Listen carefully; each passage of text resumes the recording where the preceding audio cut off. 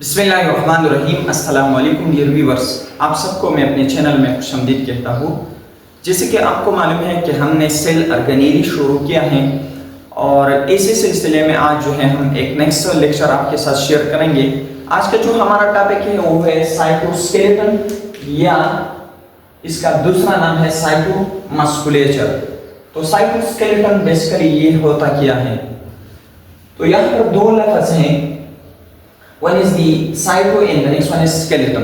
Cyto का मतलब है सेल या साइटोप्लाज्म और स्केलेटन का मतलब है स्केलेटन यानी ढांचा या फ्रेमवर्क। दोनों लफ्ज जो है एक माने के तौर पर इस्तेमाल होता है। अब हम डेफिनेशन की तरफ आते हैं कि साइटोस्केलेटन बेसिकली है क्या। So it is a network, ये एक नेटवर्क है और ये ऐसा नेटवर्क है जो कि प्रोटीन से बना हुआ है। They extend throughout the cytoplasm of eukaryotic cell, और ये एक ऐसा नेटवर्क है जो कि सारे साइटोप्लाज्म में फैला हुआ है। अब ये जो नेटवर्क है सबसे पहले इसको डिस्कवर किया है कोर्ज़प ने 1928 में, और ये जो साइटोस्केलेटन है इसको कंफर्म किस साइंटिस्ट ने की है। So the scientist was Cohen. तो कोहेन जो है उन्होंने ये कंफर्म किया है 1977 में। अब ये जो नेटवर्क है ये बेसिकली किस चीज से बना हुआ है, तो यहाँ पर तीन चीजें हैं। One is microtubule, the next one is microfilament and the next one is intermediate filament.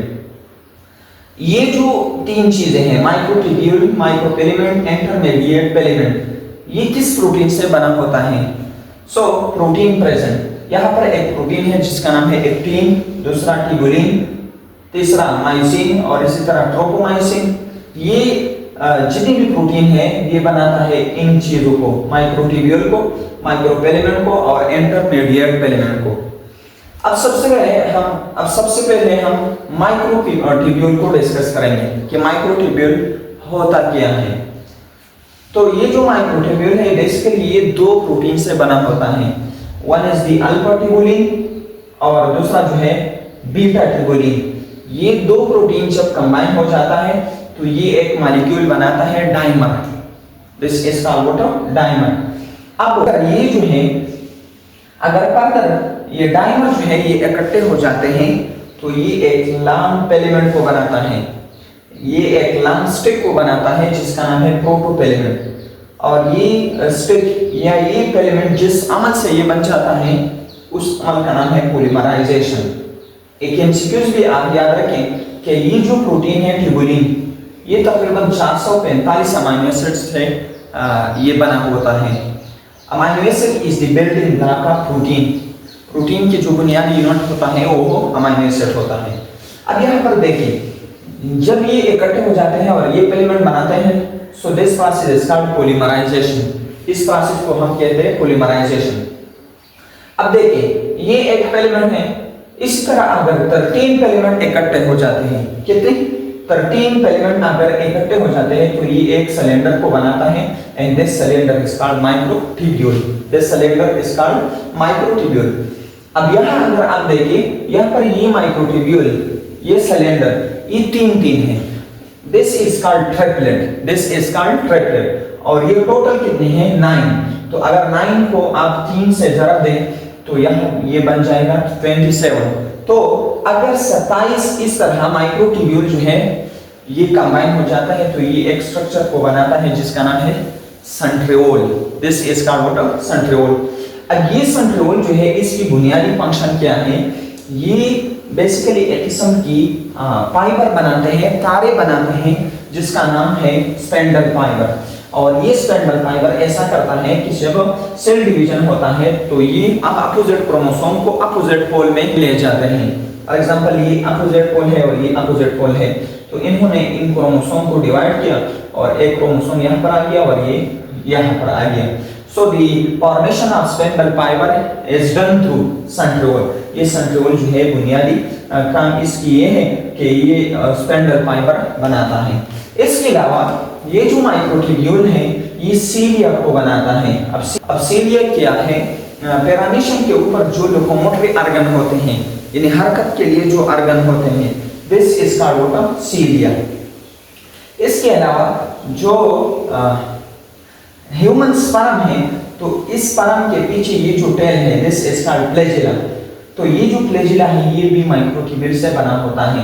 So microtubule make cilia and flagella.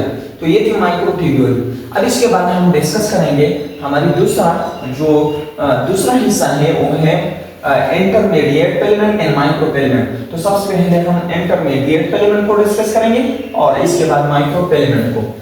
तो अब हम डिस्कस करेंगे इंटरमीडिएट फिलामेंट।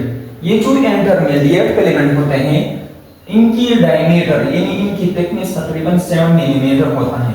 अब ये बन जाता है किस तरह? तो सबसे पहले एक यूनिट जो है वो कंबाइन हो जाता है जिसका नाम है मोनोमर। अगर ये दो इकट्ठे हो जाते हैं सो दिस इज कॉल्ड डाइमर। और अगर अलॉट आप डाइमर कंबाइन हो जाता है तो इट मेक इंटरमीडिएट फिलामेंट। अब ये जो मोनोमर है ये मुख्तलिफ हो सकता है। फॉर एग्जांपल केराटिन फिलामेंट ये एपिथेलियल सेल में होता है। तो यहाँ पर बेसिक यूनिट जो है केराटिन है। कनेक्टिव टिश्यू यानी बोन्स, कार्टिलेज और इसी तरह लिगामेंट्स, टेंडन, यहाँ पर जो मोनोमर है वो वाइमेंटिन प्रोटीन है। न्यूरॉन के अंदर जो इंटरमीडिएट फिलामेंट होता है उसका नाम होता है न्यूरोफिलामेंट। अब ये जो है इसकी बुनियादी काम क्या है कि ये सबसे पहले सेल को शेप देता है। ये जो है सेल को शेप देता है। फॉर एग्जांपल एक सेल है इस तरह, और अगर कोई शख्स इसको दबाते हैं, प्रेशर डालता है यहाँ पर, तो ये जो इंटरमीडिएट फिलामेंट होता है इसके अंदर, इस वाल के अंदर ये अपोजिट फोर्स लगाता है, इस प्रेशर के अपोजिट ये फोर्स लगाता है। तो ये स्क्वीज नहीं होता बल्कि सेल को शेप प्रोवाइड करता है। इसके अलावा फॉर एग्जांपल ये एक कार्डियक सेल है, हार्ट की सेल है, और इसी तरह ये दूसरा हार्ट सेल है। तो इसके दरमियान एक कनेक्शन होता है जिसका नाम है सेल जंक्शन। तो ये जो सेल जंक्शन होता है हार्ट सेल में, दिल के सेल में, ये basically it is made of intermediate filament. तो ये बुनियादी काम है किस चीज का? इंटरमीडिएट फिलामेंट का। अब इसके बाद जो नेक्स्ट टॉपिक है हमारा वो है माइक्रोफिलामेंट, कि ये होता क्या है। तो माइक्रोफिलामेंट इसकी जो थिकनेस है ये 10 मिलीमीटर होता है, ये 7 मिलीमीटर, और ये वाला ये तकरीबन 25 मिलीमीटर होता है, आप याद रखें। अब यहाँ पर ये किस तरह बन जाता है? तो सबसे पहले ये एक यूनिट है ग्लोब्यूलर एक्टिन। यहाँ पर एक यूनिट होता है ग्लोब्यूलर एक्टिन। जब ये बहुत ज्यादा जो है इकट्ठे हो जाते हैं तो this is called what? Filamentous actin.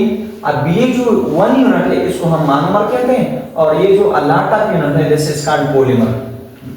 अब इसके बाद जब ये filamentous actin a lot of combine हो जाता है so this make a microfilament. अब इनकी काम क्या है? सो सबसे पहला जो बुनियादी काम है वो है साइटोकाइनेसिस।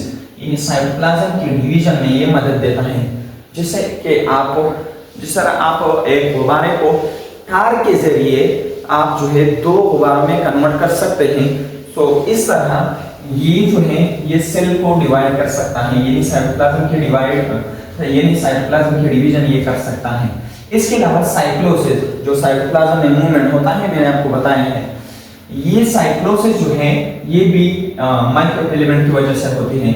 इसी तरह फॉर एग्जांपल ये एक अमीबा है और यहाँ पर एक फूड पार्टिकल है, तो अगर ये यहाँ आ जाता है so this is due to microfilament, और इस मोमेंट को हम कहते हैं amoeboid movement. This is called amoeboid moment.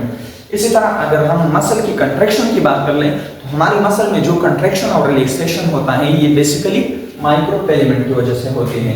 So this was all about cytoskeleton. Next class में इंशाल्लाह हम सेंट्रिओल को डिस्कस करेंगे। So see you in the next class. Thanks for watching. वस्सलाम।